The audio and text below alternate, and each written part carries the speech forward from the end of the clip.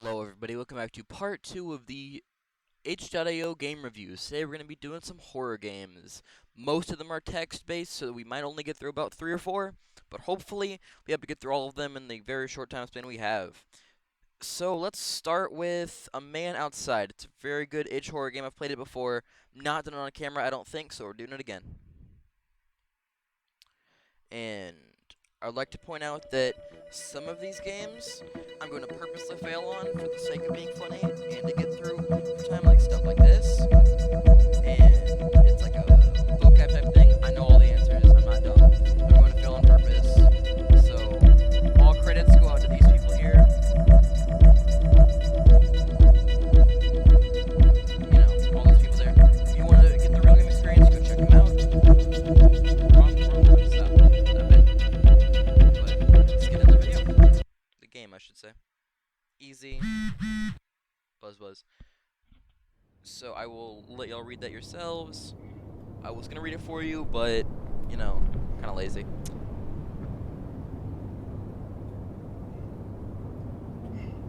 That's not creepy at all. He's just smoking a cigarette, bro. Leave him alone.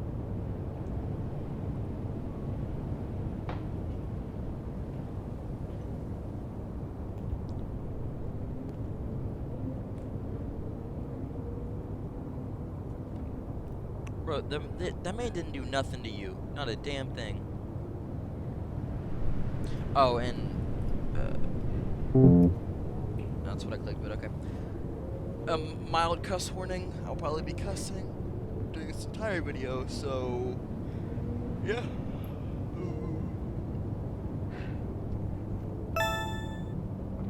What's this man doing?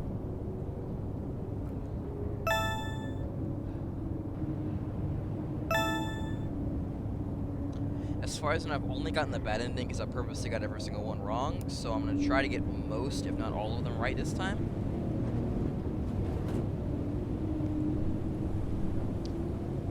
So, yep.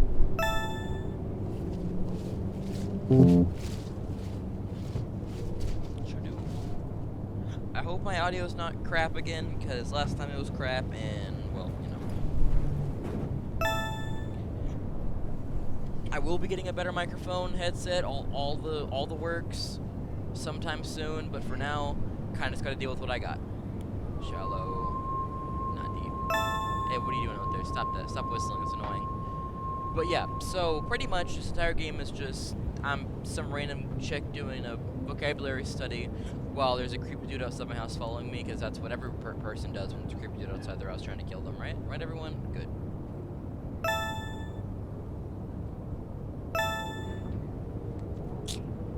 What that mean? To be honest, I'm kind of an asshole in this game. That guy didn't even do nothing. Did the mystery man murder you? Yes. What's he doing now? Nothing. Just standing there, menacingly. Wait for somebody, I guess. Like me? Okay, I have 2 sets left, because that's what I should be worrying about when there's a murder outside my house is vocab. I'm gonna get murdered, but at least I'm gonna get a good grade in my vocab test, not gonna lie.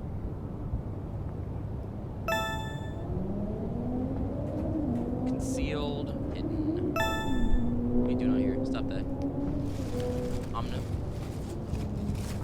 Omnivore eats anything. Negligent? Not paying oh wait, yeah. Manipulate to influence somebody. What are you doing out there? Correct. Wait, advocate to support. Advocate, I should say. Rigid. Oh, shut up, dog. Unbelievable. It's not what rigid is. Rigid is like a uneven surface. I can see you. You're not sneaky at all. You are the least sneaky demon ghost I've ever seen. What are you doing? Legitimately, you are the least sneaky demon ghost I've ever seen on the itch.io app store. Enhance to improve. Correct. Evade to avoid. Yada yada yada. Garbled. The... That works.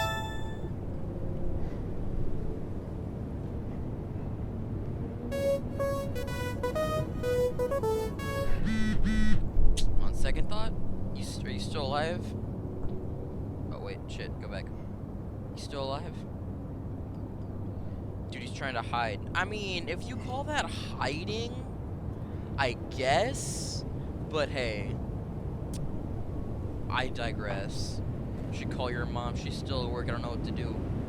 He's been out there for like an... Yeah, he's not actually like attempting to come inside or anything, so there's no real problem. I would have called my mom anyway, because, you know, reasons.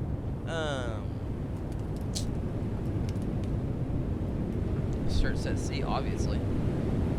This man didn't even do nothing. You're just freaking out. Oh my god, he's gonna murder me. Which I mean, I guess it's, you know, like a fair statement when there's someone standing outside your house, but still. I noticed that A was upside down, by the way.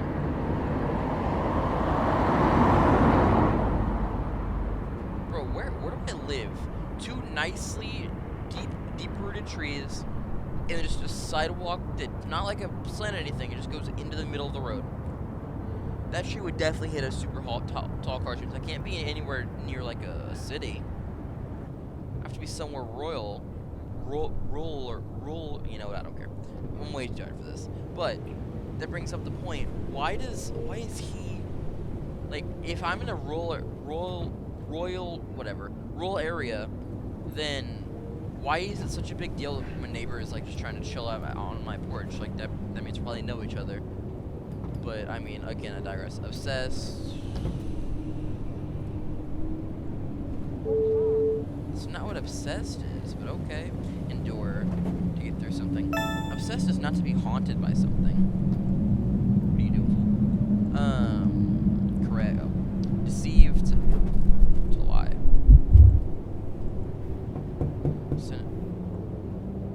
I can see you. You're not sneaky. You are the least sneaky demon ghost I've ever seen. What are you doing out there? Sinister, evil, or harmful, insecure, unsafe. No, oh, insecure actually means feeling unwell or uneasy, but okay. Banished, disappear. Aw, you bat. You're not gonna. Solitary, alone. Aw, you piece of shit. Restart initiated. That's not very nice. Yeah, he's just gone. Suspicious, seems strange. I like the way they use the wording. Suspicious as in he's not out there anymore. Now that would creep me out. Just the act of someone standing outside my window wouldn't really creep me out. Oh, that would creep me out though.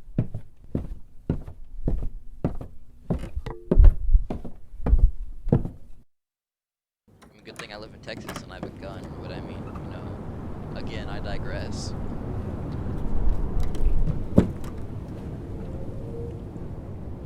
Did you see him outside? He was there for an hour. I swear he was hiding. Come upstairs and look. Oh, why did I do that?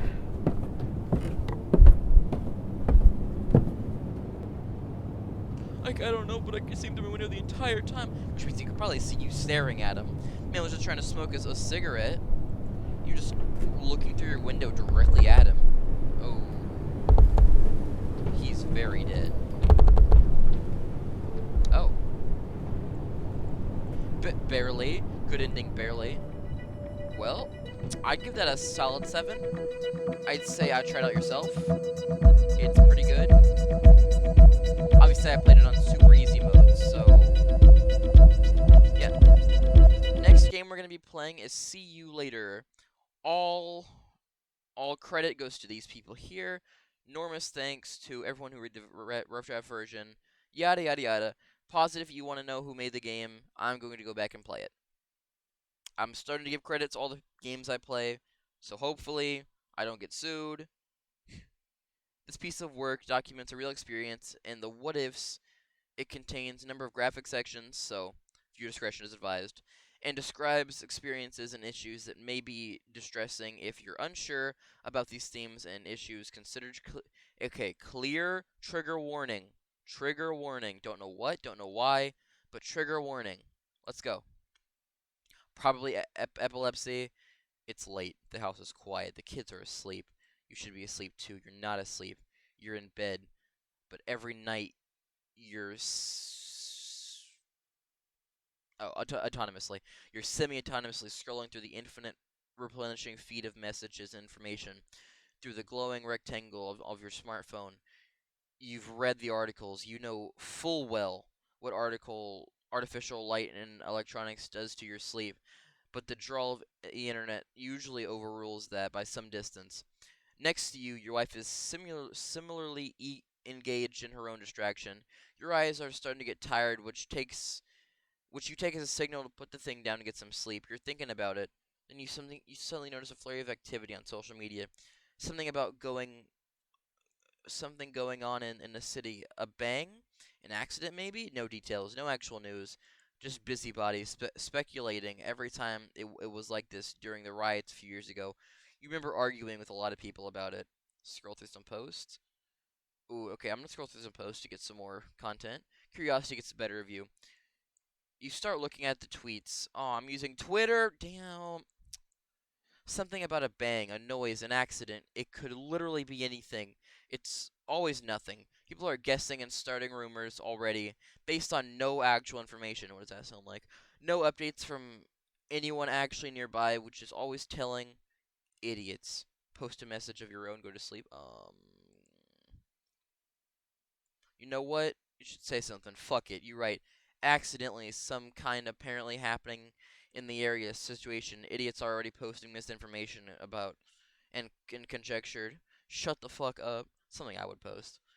It's probably nothing. Same as every time. Still, it's frustrating that people do this. Always drama. Whatever. Life's too short. You remember you have stuff to do tomorrow. You take off your glasses, rub your eyes, and lie down. After a few minutes, your wife finally gives up and does the same. Turning off the light, you fall asleep, same as every night. You're yanked out of sleep by the kids, action and noise, shouting, piercing quiet, same as every morning. You scowl and rub your face, still half asleep in the midst of instant chaos. This is why you avoid hangovers. Nowadays, it's hard enough being woken like this in the best of times. You reflectively reach for your glasses and phone, start thinking about getting out of bed. The kids are already whining about the TV and breakfast. You need a shower before work. The notification light on your phone is blinking, but not as usual. Half your online friends and clients are in different time zones, so waking up to a bunch of stuff is part of the course. Kids are driving you crazy. Already, go down, look at your phone, because I need content. You'll knock your phone with a pattern. You swipe it. You swipe it into hundreds of times a day. Notification light still flashing tensely. The screen unlocks and lights up. On the screen are most notifications you've seen on one device. Text, apps, messages, missed calls. You mentioned to your wife getting ready. You joke? Weird? Who died? You start flicking through the notifications. 241 social media messages, 16 missed calls, 7 missed text messages, 16 new emails. Call dad back. A few missed calls from your dad. You call back, no answer. This is weird. You send him a message. What's going on? Give us a ring. Look at your phone again. Call mum back. A ton of missed calls from mum. First one is at that can't be right. As we first called at 4:37. Are they abroad? Maybe. It rings out. No answer. Send her a quick message. Hey, I'm awake now. Sorry. What's going on? Call me back. X. Check your text. Hey, please call as soon as you get this. Please call. Hi, you don't know me, but I'm a friend of your brother's. Can you call ASAP? Is your brother at your house? We can't find him. Please call back. This doesn't make any sense. Why would he be here? Why would his mates be asking you? It's really confusing. Social media? You have dozens and dozens of messages across a few networks, hundreds altogether. Hi, did your brother end up at your house? Has he checked in with you? Hey man, please can you message me? It's really important. Have you heard anything about your brother? Come on, he's always doing this shit. Smash phone or at a drunk party. We've always been around for the ride. People do seem to be freaking out. You start opening a few more, all the same. Some photos of him on. It's okay. So, he went to a concert last night, hasn't turned up. Probably drunk at a friend's. But isn't news and doesn't explain why everyone's so concerned. If anything, You scroll down and read the next message. We've not seen him since the explosion. You feel your heart catch in your chest as the realization dawns on you. He was at a concert in the city. Those stupid social media posts last night. Something did happen. He was at the fucking arena last night. You run downstairs. You take the stairs two at a time, still in your pajamas, and scrabble in your bag for your laptop. You open it and log in. It's the same times you turn the TV on. The bangs, the noise at the arena. Something happened. What the fuck is going on? The news is aerial footage from the arena. Something looks out of place. You realize it's an archive view, not live. The display flicks to footage of an ambulance as policemen at barricades. This footage looks new. It's dark. Must have been from last night. The footage changes again. It shows what you recognize as the inside of the arena from a high angle. The lights are on. The footage is shaky, clearly from a phone. People are running. Everyone's running. The news reader's words begin to filter into your ears as you take it all in. There was an attack. The explosion was a bomb. Jesus Christ. Your hands are shaking. Your son comes over, asks you what you're doing. You snap out of it for a moment. He's chewing something, fiddling with an action figure. Your wife got him ready for school as he left. You realize she kissed you goodbye, but you barely notice. The little guy asks, "What's wrong?" You smile, try not to let anything seep out. Nothing wrong. Nothing's wrong, bud. Especially excited about preschool today? Sure, can I come pick you up? I can come pick you up. We can play Mario Kart, but we're doing reading first. Deal? Satisfied, he wanders off. You start to turn back to the screens. Like, shit. You realize you're supposed to be taking your son to preschool in 10 minutes. He's ready to go, oblivious to all of this. You notice that your neighbors are getting their son ready. He's in the same class. You realize you're still in your pajamas. You go outside and quickly explain it's awkward. You don't know her that well, but you don't want to miss any news. Ask if it's okay if she takes him this morning. She seems surprised, but obviously senses the panic in your voice. Of course, she smiles reassuringly. And you kneel down to your boy's level and brief him quickly. He's so young, but you get the feeling he understands something is going on, and that's enough for him. He nods solemnly and promises he'll be good. He'll be good the way. You know he will. You thank her one more time and watch them leave. Okay. You rush back inside. Okay. The more information you can get about this thing, the better. You have your phone, your laptop open, the cable in front of your TV. The TV is turned to the news channel. You slowly begin to piece things together from the gleam messages below. Checks check social media feeds. Your social media app freezes and crashes under the weight of the messages. People are waking up, seeing the news, passing it on. You try a few different times. Laptop might be a better idea. You scour the news sites. There's some sort of explosion. Then it was an attack. There was something playing a concert at the area. Never heard of them. The show finished. There was an explosion. The messages, the ones you read, they were right, and you went to sleep. You went to sleep. No, you didn't know. You couldn't know. Stay focused. Come on. This is insane. You need to help people get the word out. You know plenty of people and then the press. You have a good following of social media. Try to put it to use. Okay, first thing, find a photograph of him. You open his Facebook profile to search for a photo. You're caught off guard by hundreds of messages posted there, all from the last few hours. Simply asking him to call home. Many are posts that he'd been tagged in, from friends sharing to get the word out. The desperation of the messages is like a punch in the gut. You have to stop for the moment and gather your thoughts. Breathe in, breathe out. Okay, come on. You need to find a picture of him. Send him out. A few different ones. You open his photo page. Oh, I gotta do recent photo. It's the best option. It makes the most sense to pick the most recent photo of him. It's of him. His mates are on the way. The show last night shows what he was wearing. The photo's blurry and framed weird. Taken on a train.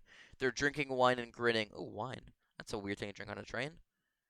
Just another day in the life. He'd hate this photo, but it definitely was the one that makes the most practical sense in terms of showing what he was wearing last night.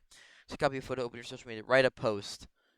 You create an identical post for different sites. You include a photo, and after that, fiddling, you settle on simple wording for the message. My brother was in the arena last night, hasn't checked in. If anyone has seen him, please contact me. You stare at the words. None of this is real. You exhale, hit send.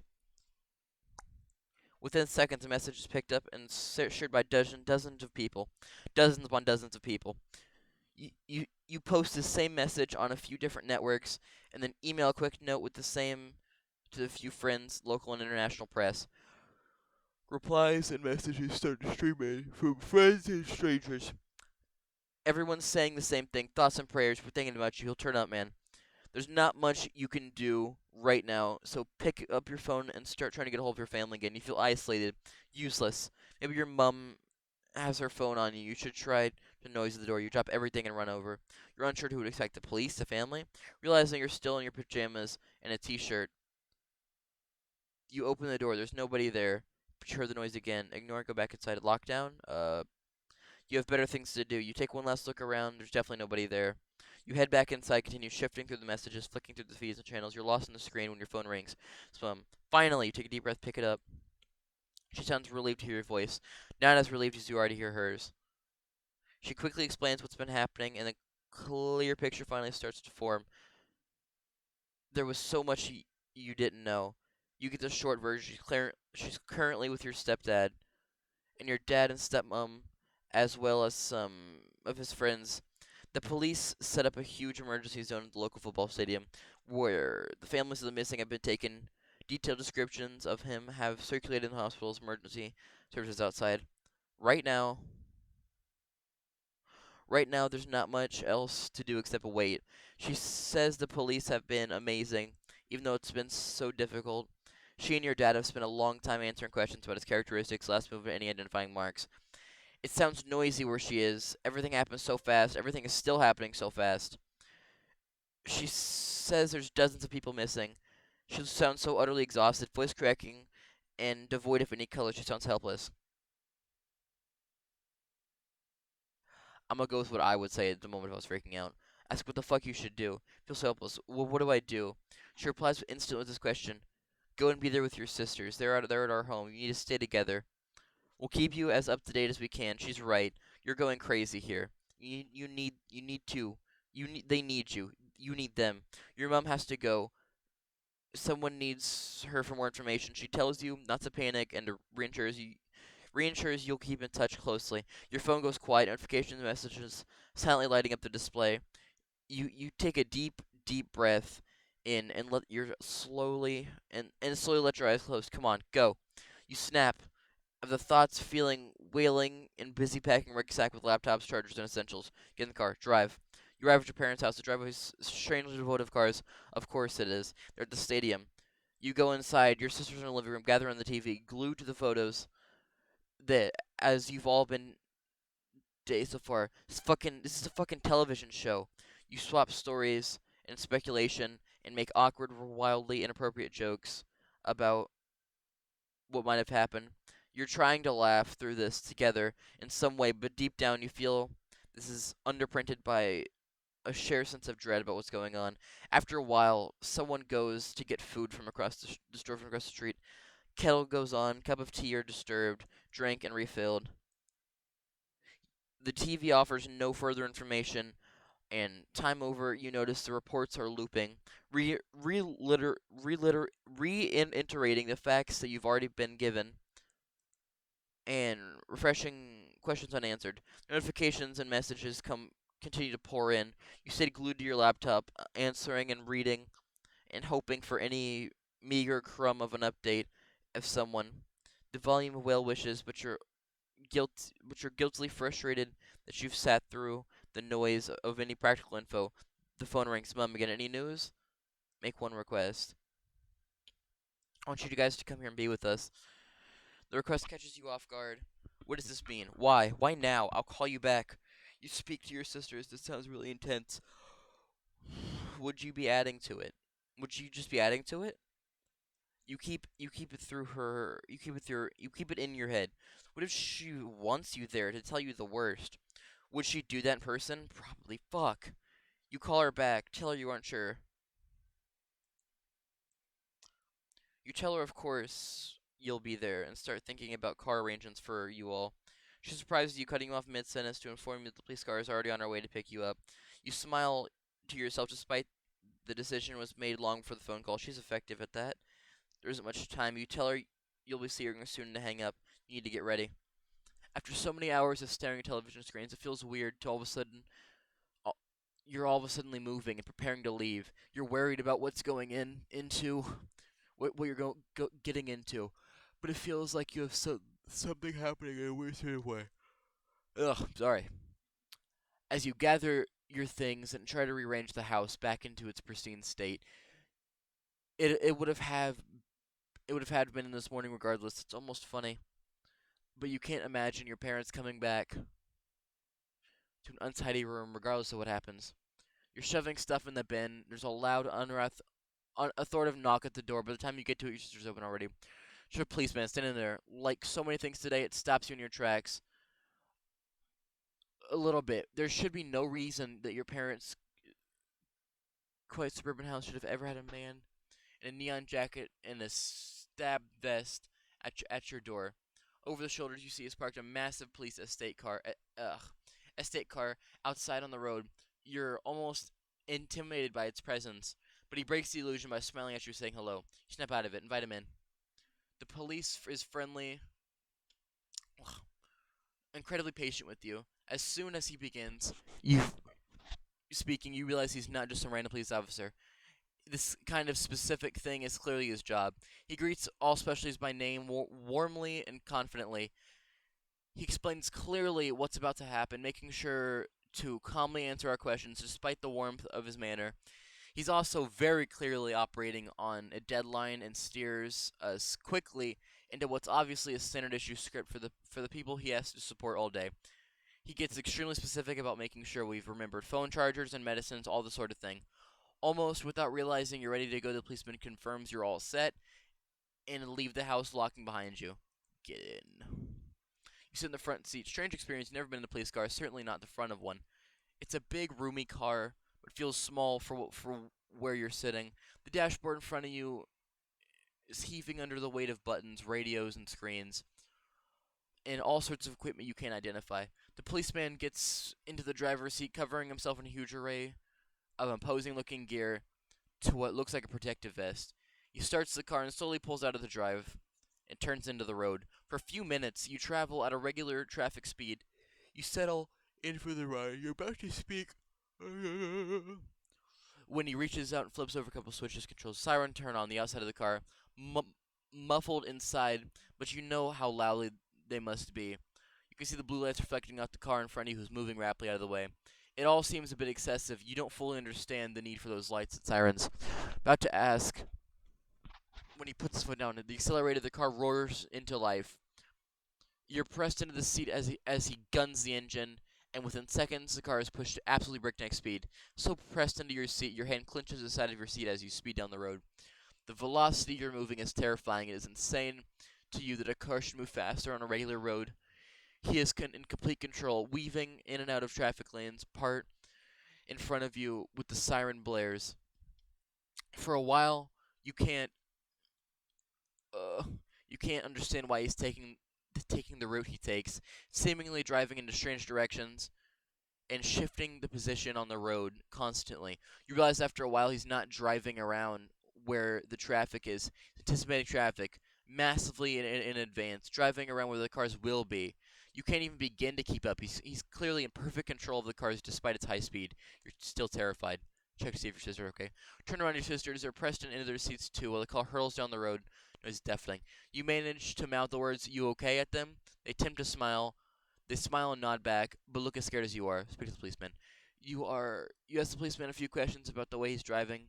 He cheerily confirms what you suspected about. Explains a little bit about the training, and for a while you're so interested in what he's saying you forget about what he is driving to. As you're talking, you notice strikingly odd that he began holding such a calm conversation with you while driving at 70 miles per hour down a crowded road. Mentions this to him, and he laughs and explains what staying extremely calm under high pressure is the biggest part of the job. He goes and explains he's trained in dealing with people specifically in these scenarios, and how the objective is to get you where you're going as fast as possible in the least stressful way possible. It's working. You go quiet again as you approach the stadium. You pull into the stadium, and officers tell you that he'll be taking you through the player entrance through the stadium, main entrance. Seems weird. He clarifies to avoid the massive press that have gathered outside. Okay, press, of course. Christ. The car follows a tunnel entrance that leads underground and pulls up in what looks like a service basement. You're not sure what you were expecting, someone in the stadium staff meets you and says an awkward hello. You wonder if this person has any idea where you were going, what you have to deal with. When they got up this morning, the same people could have asked you all of this. You'd think grimly. The lift comes down, and all of you get in. The policeman says a very warm goodbye, smiles at your sister, shakes your hand, genuinely concerned on his face. The lift doors close. They do so. The policeman begins taking his radio and turns to leave. You wonder how many people he's going to race to the city that day the lift begins to ascend. The lift slows to a stop. You hear a soft electronic chime, and the doors open. Nothing has prepared you for what you walk into. The room is large. You can't even see it all. It's plush, full of posh tables and chairs, nice lighting, obviously some sort of hospitality. Quite suit. It is in complete disarray. Furniture has been hastily moved around. The whole space is lifted with food wrappers and blankets and boxes. There are dozens, maybe hundreds of people in the room. There are families, friends of everyone who's missing around them. There are a few police officers and a lot, assuming, who aren't in uniform, but ID cards, who are busy talking into the radios and scurrying around. You assume the police officers or official families scattered in space in groups, some circle pacing. Old people, a few children, blankets sipping tea, talking on mobile phones. A few people are curled up in chairs. You can't tell if they're sleeping or completely shut off. I'm going to have to stop that today. That's where I'm going to have to stop today. We're running out of time.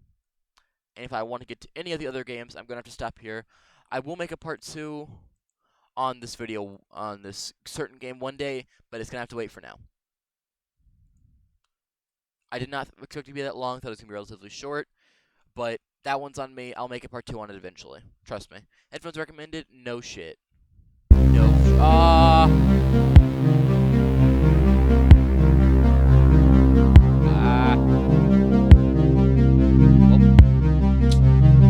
Credits go to... Get to restart the game. Credits go to...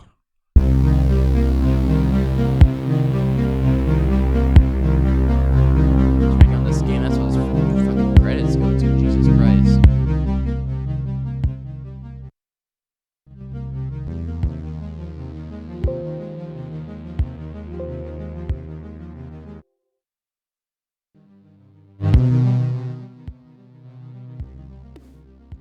Okay. Should be good. Actually, I'll just turn on my headset in general. Hopefully that doesn't fuck with my audio, so I'm gonna turn this back up. Actually, pretty good beat, not gonna lie.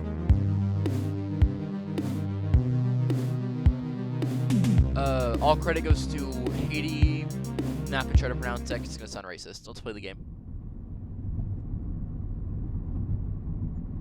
June 23rd, 1997. Otherwise known as July 23rd, 1997.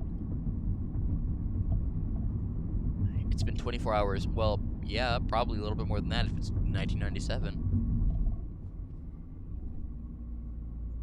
You've arrived at your destination. Nah, I'm not going to this destination. I don't know what it is. I'm not going to it. Oh, never mind. Apparently not.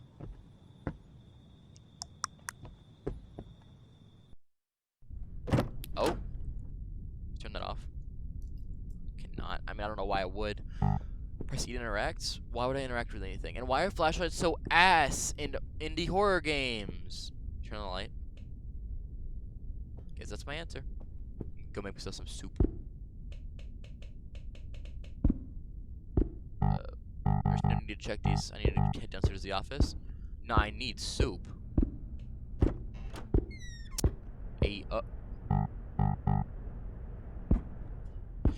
Again, sorry about the random like leaving of that game, but I had to get to another game. So I will make a part 2 because I only have about 45-ish. Yeah, I do. Ish minutes of footage time. Okay. That's weird. So I don't want to waste it on one game. Not saying that game wasn't fun. I genuinely enjoyed that game. It was pretty fun. What the hell? Bro, clean your fucking vents. I just did... Oh, okay. Wait, was that a code? No. Was that shit back up? But like I said, I will make a part 2 of it one day. Probably not anytime soon, but I will make. Okay. Oh, cool. I just robbing the place now. You think I didn't notice your strange behavior and all for an asset you had nothing to do with? I'm assuming you're here one day after your big deed was done. Wait, I'm sorry, little deed was done.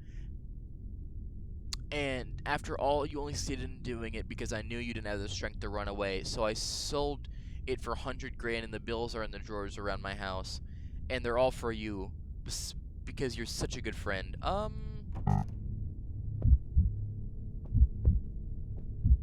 Can I? You know what? You can keep the money. I'm just gonna go.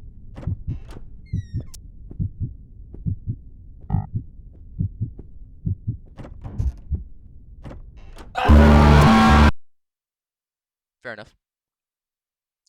So I guess I'm not supposed to be killed by that thing, but oops. Yeah, that was a good. Actually, that was a pretty good game.